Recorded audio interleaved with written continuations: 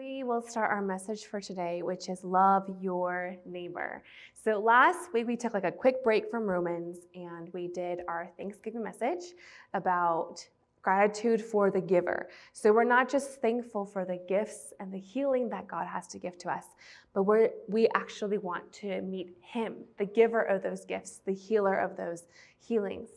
We learned that out of the 10 lepers, the story of the 10 lepers, and how only one came back, even though all of them were healed. And so today we're going to go resume back onto Romans. And so we've done a lot of Romans so far. We are on the last few chapters. This is out of chapter 13 today, but we're almost done the next 2 weeks.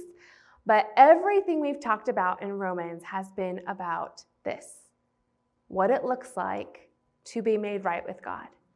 What does it look like to know God, to be made right with God? And from that, how then should we live? Once we know who we are in God, how then should we live? And Paul's talking to this church about okay, all of you are Christians, that's great, but how then are you supposed to live, especially with each other in the church? Remember the 10 Commandments we talked about way back in Exodus, beginning of this year. The first half of the commandments are about us and God. How are we supposed to love God? The second half talks about how we're supposed to love us and one another.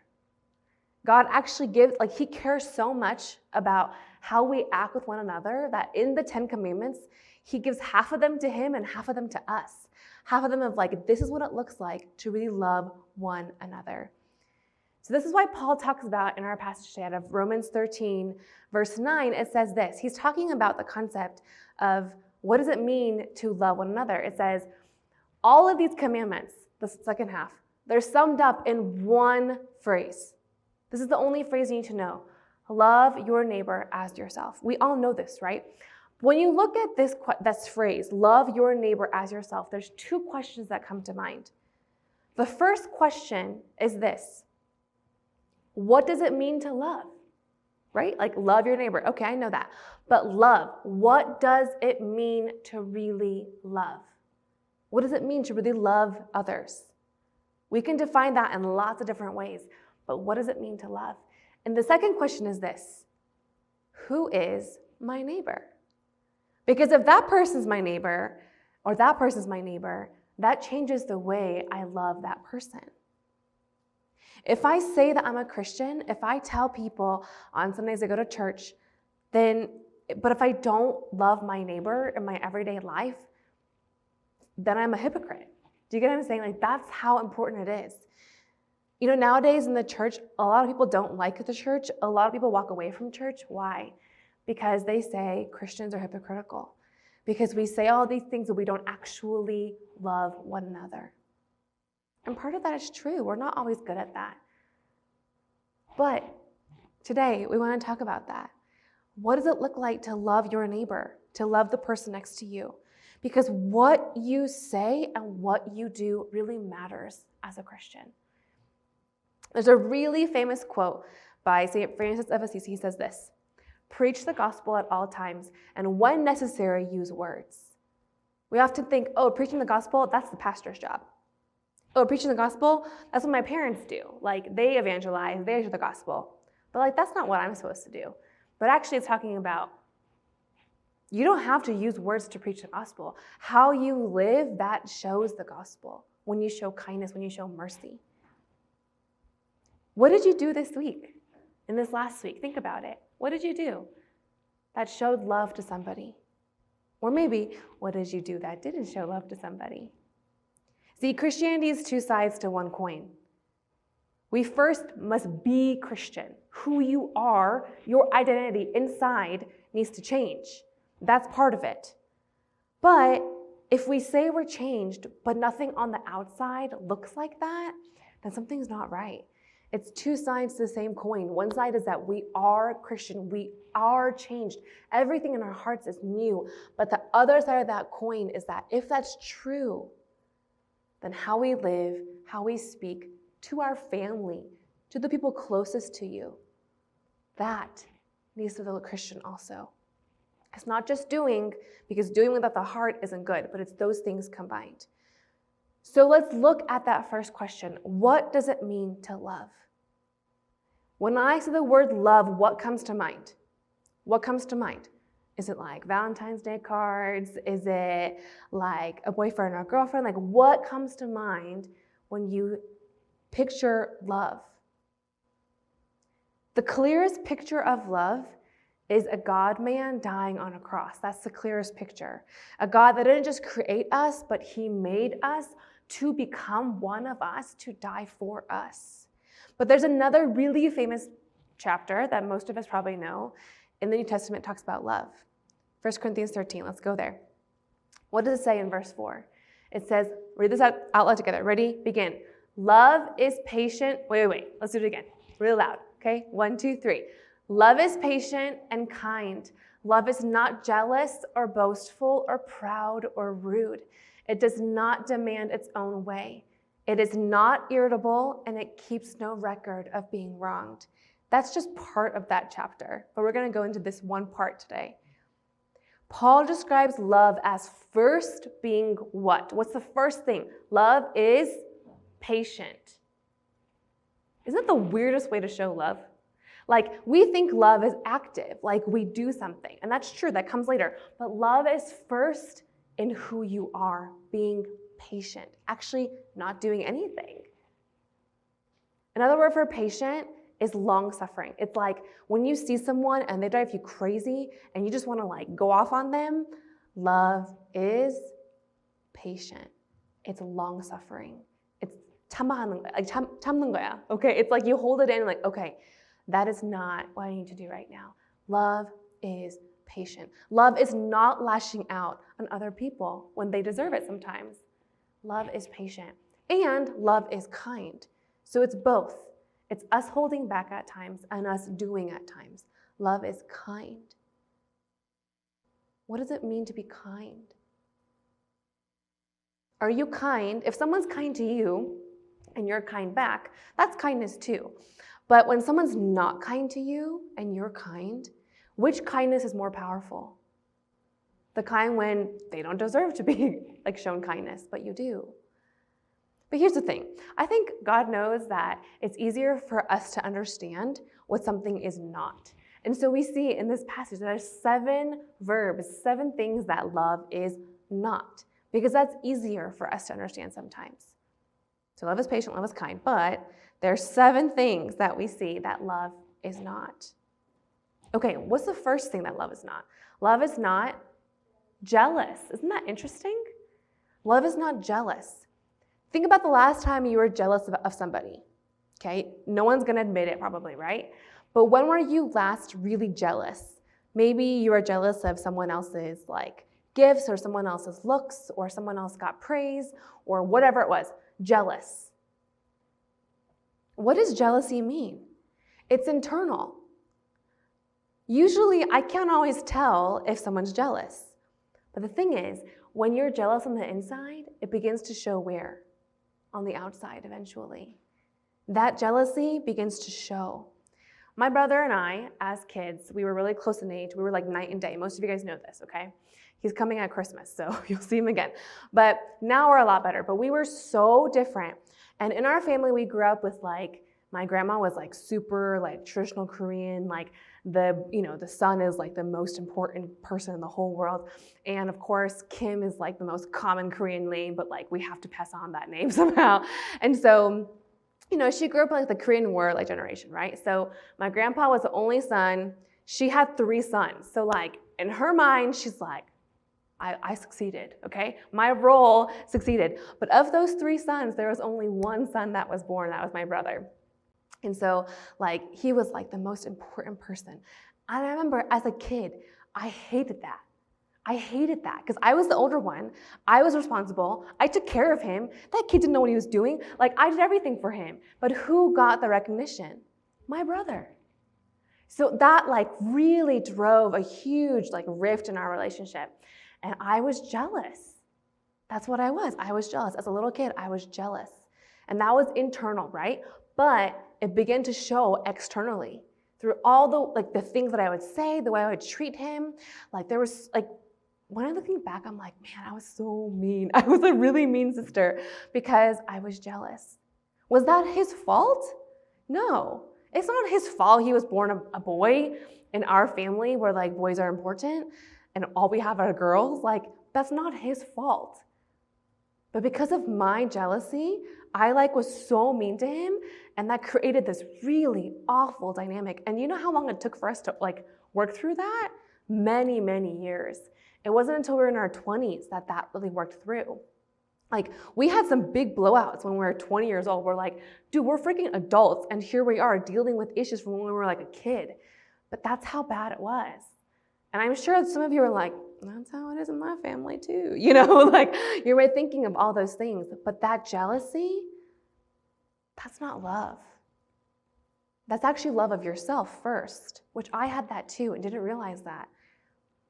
But that can really create so much damage in our lives. Guys, when we say love your neighbor, I'm not talking about the person that's homeless on the street. That person, yes. I'm talking about the person next to you, sitting next to you at the table at dinner, like the person who you have to look at all the time. Sometimes within your own family, husband and wife, brother and sister, like parents to kids, those are the most important relationships you have to show love to first. If you can't show love there, the love you show to other people isn't really genuine. Because when it counts, that's where you need to show love. What else is love not? Love is not jealous. Love is not boastful and proud. That kind of goes together. If you think about it, when we boast and are proud and like show ourselves off, which I did a lot as a kid, you know why? I did that because I was overcompensating for the fact that I was jealous and felt insecure, insignificant, and inferior. And so I had to like overcome that. Guys, look at ourselves, all of us. It starts with us first. Do we have that kind of tendency to like boast or be super proud? All these things. It is not wrong to be proud of your accomplishments. That is not wrong. That is not wrong. God has given you gifts. Yes, use them. Be proud to use them for God's glory. But when we do those prideful things to put others down, that's what I'm talking about. That's the kind of pride, that's the kind of boastfulness that love is not. Okay, so that's important to distinguish. Yes, be proud of the things that God has given you, allowed you to do and grow in. But when we do those things to put others down, that's not love. Do you see a common like thread going on right now? Like when we love ourselves first, we actually can't love others. There is no capacity for us to love others. This jealousy, this pride, this boastfulness, we do this out of love for ourselves. And therefore, there is no love for others. What else is love not? Love is not rude. It's not irritable. Sometimes all of us, it's really easy to be rude or irritable. Do you know who, as a kid, I hated this as a kid. Like, when your mom or dad is like 혼내ing you at home, like they're like, disciplining you and you're like, their voice is like really strong and like really loud. And then the phone rings, right? The phone rings and they look at it and it's someone really important and they have to take the call. And they're like, and then they're like, 여보세요? And you're like, that is so fake. Mom, I hate you, like no one else's parents do that kind of stuff, okay? Or like now that I'm a parent, I do that too. I'm like, oh my gosh. Like it's come full circle. Or you're yelling at your mom, like, Mom, da da da da. And then you're texting your friend, you're like, hey, and you're just like, that is so, so bad. But like, when we're rude and irritable, who are we usually rude and irritable to? Usually to the person closest to you, your sibling, your parents. Because we know that we can be like that and they'll still love us. But here's the thing, like whatever our reasons are to be rude or irritable or like in a bad mood, and sometimes there are legitimate reasons why you feel that way. But is it that person's fault that those things happened? No. So again, do I put my feelings and my emotions first and therefore that spreads to everybody? Or do I think about, okay, this is true, but that's not their fault. It's not that person's fault. So who do I love most? See, we all love somebody. Oftentimes it's us. When we love ourselves, we can't love others. Or demanding our way. My way or the highway. Okay, I'm gonna confess. I'm gonna be really transparent. This is like the hardest thing for me, okay? In our relationship with Books on Name and I, 95% of the time when we have an argument, this is the reason why. Whatever it's about, 95% of the time, it's because usually I'm demanding my way. I think I'm right. I think my way is the best way, which it usually is. But the point is, like, I usually think that, and then he's like, no, it's not. And then we get into an argument, and then we fight, and we're like, what was this about? Oh, what it's always about. Because I'm demanding my way usually most of the time. But that's the thing, is like, again, that's me pushing what I think is right. Sometimes you don't have to. There's this saying, one of my professors in my counseling class, she was talking about like marital counseling, and she was saying, do you know how many times when I counsel couples, I say this? I say, okay, I hear everything you're saying, but here's the thing. Do you want to be right, or do you want to be married? You pick one or the other. Or in your world, it's when you have beef with your friends, it's, do you want to be right, or do you want to be friends? Or with your siblings, do you want to be right, or do you want to have a family relationship? Like, sometimes at the end of the day, what you think is right, maybe it is right, but is that more important than that friendship, than that brother or sister or that parent? Sometimes those things have to count more than what you think is right. That's why, especially as Christians, I think we're called to a higher standard of what love means, because love means you die to what you think is right, and you choose that relationship over what you think is right. This is one of the most important ones. The last one, keeps no record of wrong. How many of you, when you get into argument with somebody or your friend, you're like, you have this list of things that they've done wrong against you. And when they do that again, that list just comes back to your mind, like, that person did this, that person did this, that person did this. How many times do we do that? See, this last one is related to forgiveness. Are we willing to forgive? See, love is not choosing to keep that running list. Love is choosing to erase that text message that tells that person all the things they've done wrong. Love is choosing not to say, when you're in an argument, well, you did this, you did that, you did that. Love is choosing not to do those things. Why? Because you have a list probably too. If you have a list, that person probably also has a list. And at the end of the day, would you want that list of things you've done wrong held against you? No, that's not love. And so why do we do that to other people? That's not love either. There are so many ways that I don't show love to others, you and I don't show love to others. Why? Because we choose to show love to ourselves first. But love is not loving ourselves. Love is when you love somebody else. If you could just love yourself, wouldn't that be great? You don't have to do it with anybody else in the world, but that's not love. Remember, love your neighbor as yourself. As much as you would want that love shown to you, we show that love to others. So then is the next question, who is my neighbor? If love is being selfless, love is saying, I choose to choose you above what I think is right, then who is my neighbor? Who do we show that love to? In Luke 10, we see another parable that Jesus gives. So there's these religious leaders come to Jesus and they want to trick him. Like, okay, let's trick this guy and let's try to find out a loophole. So these leaders come to Jesus and they say, hey, what should we do to inherit eternal life? Look at what Jesus does. Jesus is a boss dude. He doesn't ever respond with an answer. He always answers with a question. Always. He's like, all right, what do you think is this?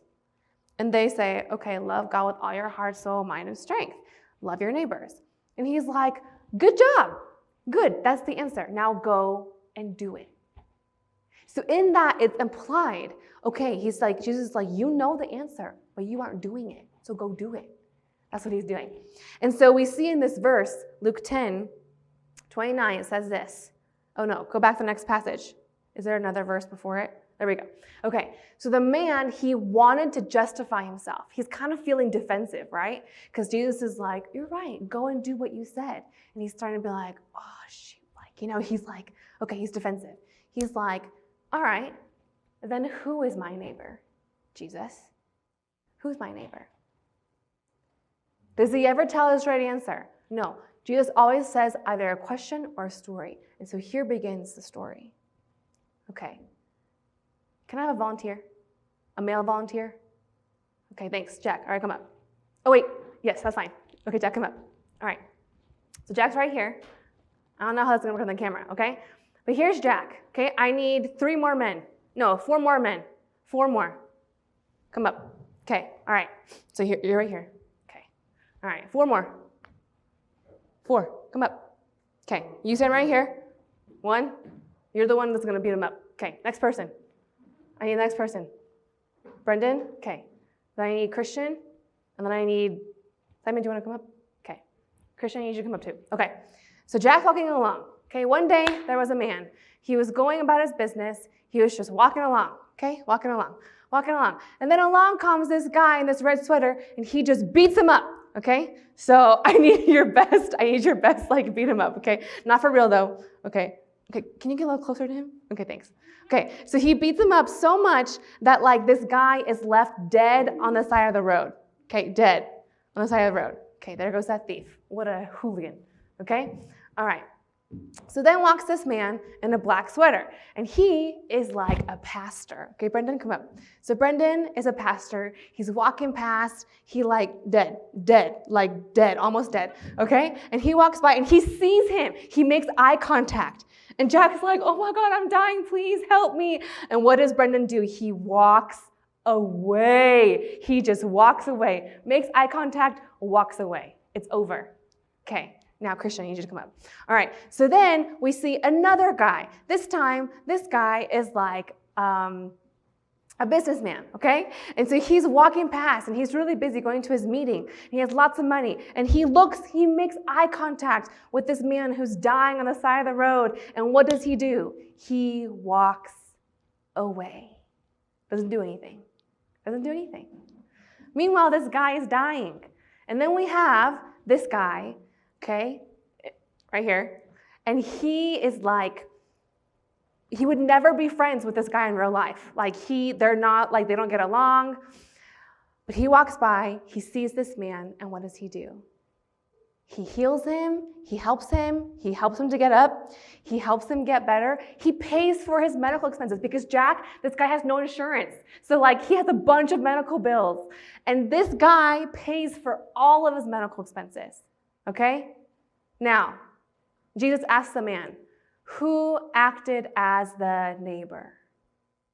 The first man, second man, or the third man? Who acted as a neighbor? You tell me. The third man, right?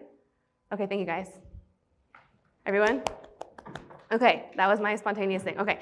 The third man, the man who would never get along with the man in the first place, the man that they would never be friends. He was the one who acted as the neighbor. Who was the one? Was it the one who was the pastor or the businessman, the people who are like the most elite, who know everything? No, it was the man who actually did something, who had compassion. And so he said, the man who had mercy. Look at verse 37, it says this. The man replied, the one who showed him mercy. And Jesus said, yes, now you go and you do the same. How do you define mercy?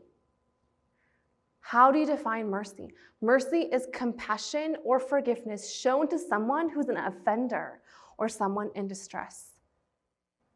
Showing compassion, forgiveness, kindness on someone who offended you. So actually, in this scenario, it would be Jack also showing forgiveness and compassion on Christian who beat him up, right? Or on someone like when Simon saw Jack, he had compassion on someone who was in distress. That's what mercy looks like. Mercy and love are very closely tied together. It's saying, I have the full right to hate that person, and yet I don't. When you choose to show mercy, that is love in action. So let me ask you, is there a face that comes to mind? Someone who's offended you, who doesn't deserve your forgiveness? Is there someone who comes to mind? You're like, oh, I don't want to think about that person. But someone might come to mind. Someone you're like, yeah, I hate that person. They don't deserve my mercy. They don't deserve my compassion. And yet Jesus says, that's the person. That's the one. Oftentimes it's really hard for us to show mercy. Why? Because we don't realize how much mercy we've been given. We see another passage in Matthew where Peter is like probably really frustrated with one of the disciples, okay? And he's like, Jesus, how many times am I supposed to forgive the same person? Okay, this person over there, like they keep doing the wrong thing to me. How many times am I supposed to forgive? And Jesus says, every time. And he shares, once again, a story. There was a man. Okay. There was a woman. Let's change the story, okay? JD, can I make him up? Okay, there was a woman. And she owed me $5 billion, okay? I'm the queen. I'm the queen, okay? So here's JD. She's my subject. She owes me $5 billion. Can she ever pay that in her whole life? No. So she comes to me begging for mercy. She's begging on her knees. And I say, you know what? I'm feeling good today. I will cancel your entire debt. $5 billion, it's all gone. You don't have to pay it back. And how does she feel? She's super excited, okay, because she just won the lottery. Like, that's what it feels like. And so she walks along, okay, up here, she walks along, and she finds, okay, Heidi, can I pick him up? She finds another servant who owes her money now, okay, so here's JD right here. And here's this servant of hers, okay, Heidi up at the top. Heidi owes her only $1,000. That's it. $1,000 is doable, right? Like in your life, you could pay that back, okay? And she finds, and this person is like, have mercy on me. I'll pay you back the $1,000. And what does JD do? She's like, no, you owe me that money right now. If you don't give it to me, you go to jail. Okay? All right. So then what happens is people find out. I find out. What did you do? Like, how could you do that to her when I just forgave you $5 billion? You couldn't show her any mercy? And so, who gets thrown in jail instead? JD. Okay, thank you guys. Okay? So JD gets thrown in jail. Here's the thing. That's what happens to us. In Matthew 18, it says this. The queen says, you evil servant, I forgave you so much. Why didn't you have mercy on the person who owes you so little? Here's the thing. I'm not sharing this to minimize what offense has been done against you. There are people in this room who have faced really, really awful things done to them. I'm not minimizing that. Forgiveness does not mean you have to reconcile with that person, because reconciliation is a two-way street. Both parties have to reconcile. That doesn't always happen. But see, forgiveness is individual. Jesus asks each of us to forgive. Why? Because forgiveness has to do with your heart, and that you can control. In your heart, are you willing to let that debt go? To let that debt go. That doesn't mean everything is happy-go-lucky between the two of you, but that does mean on your end, you have let that debt go. We forgive because we realize we have been forgiven much. When we don't forgive, it's because we have forgotten how much Jesus forgave us. So bigger picture, why is it important for us to love our neighbor? Romans 13:11 says this, the very end of our passage today. It says, he's saying, look, this is an urgent matter. Don't just goof off. Don't just play around with your life. Wake up, for your salvation is nearer now than when we first believed.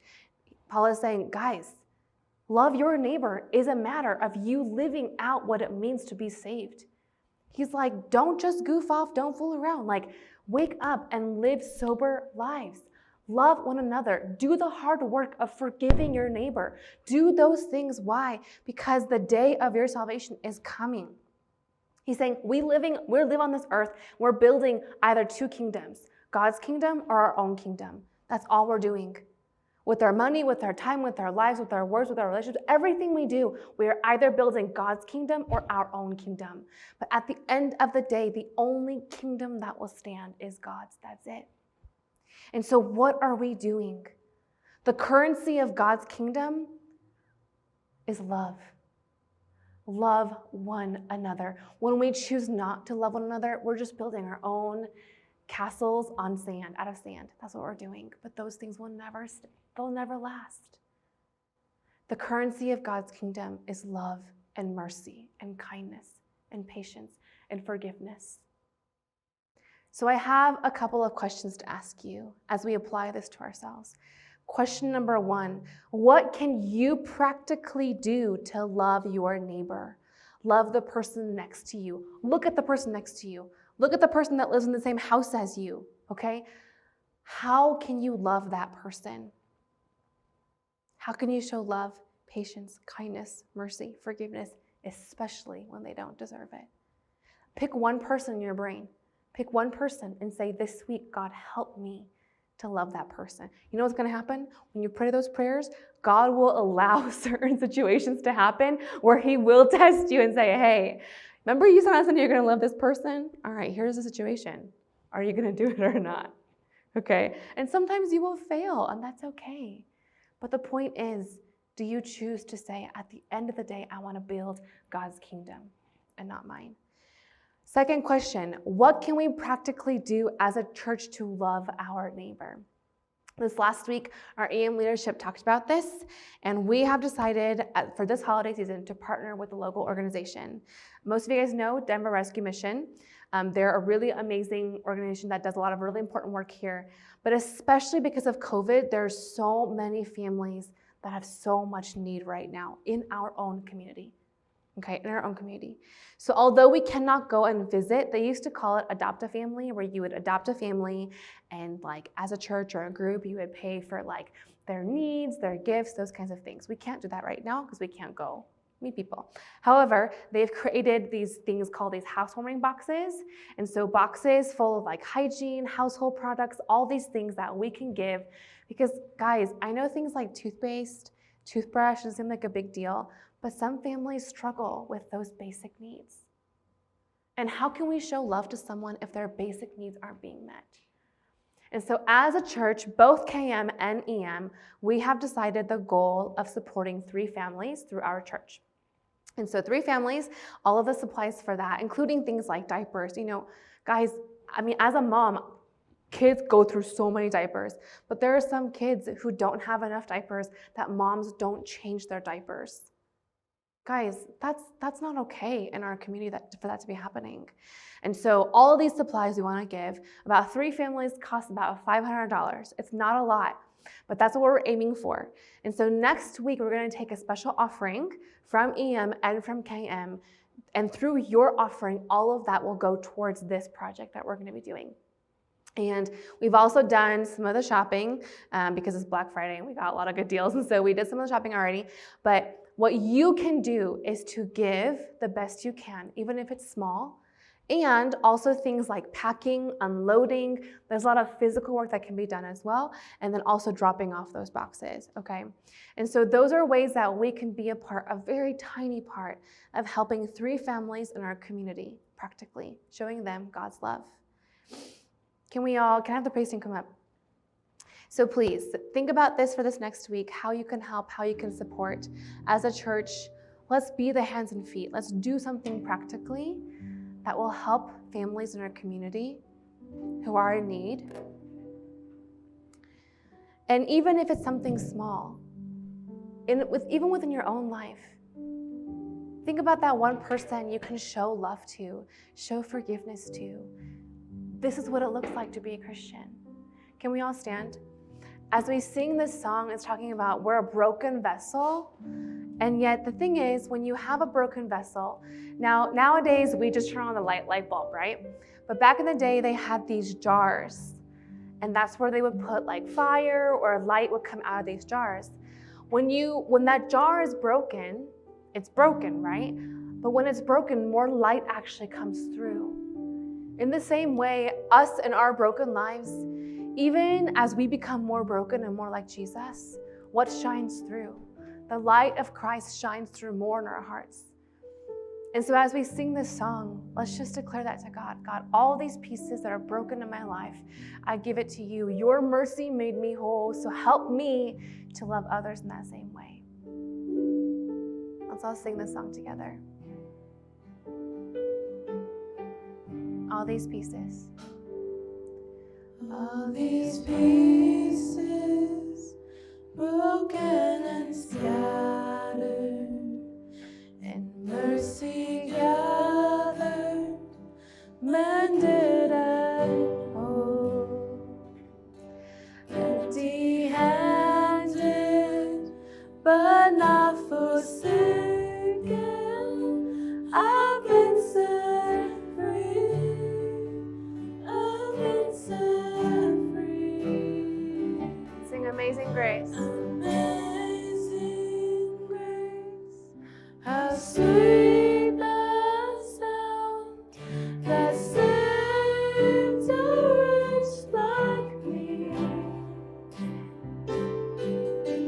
I once was lost, but now I am found. Was blind, but now I see. Oh, I can see you now. Oh, I can see the love in your eyes. Laying yourself down,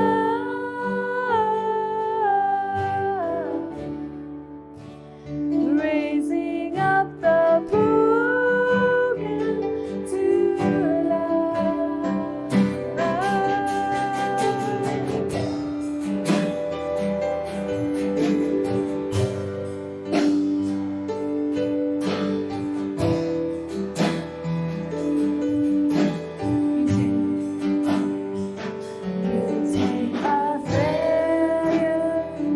you take our weakness and set your treasure in jars of clay.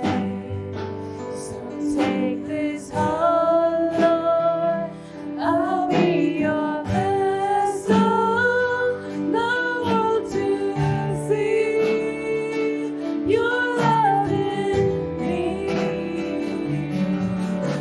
Amazing grace, how sweet the sound that saves a wretch like me.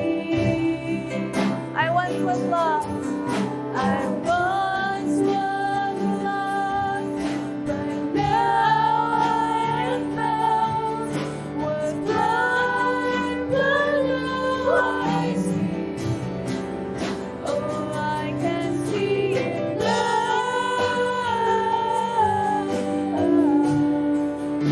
Oh, I can see the love in your eyes.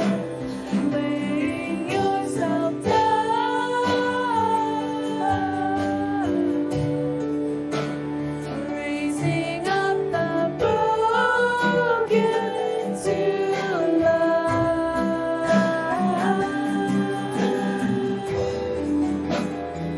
Right now, can we pray and spend this moment? If there's a person that came to your mind that you need to forgive or you need to show love, in this moment, come before God and say, God, help me to show love.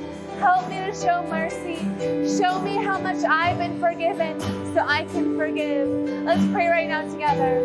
It's Jesus, we come before you right now, and we ask that you would help us to show love, to show mercy. God, to those in our family, to our brothers, to our sisters, to our mothers, our fathers, God, that there's so many ways that we can show love. God, would you help us to show love?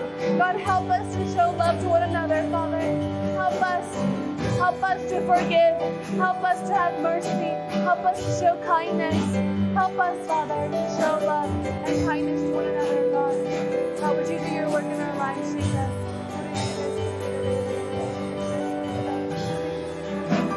Help us to show love and kindness. Would you help us to show love and kindness to one another? It's Jesus. Would you do your work? Can we sing together Amazing Grace? Amazing grace, how sweet the sound that saves a wretch lost.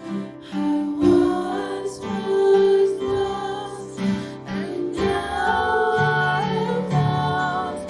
Was blind, but now I see. Oh, I can see now.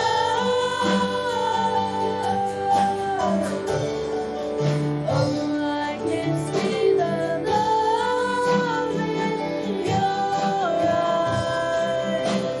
Laying yourself down, raising up the broken too. Oh, I can see now.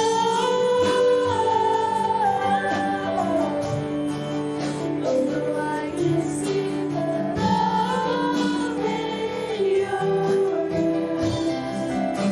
Laying yourself down,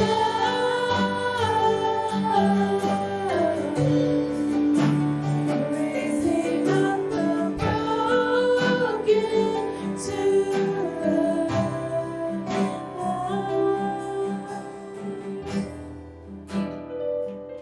God, would you help us to be your vessels?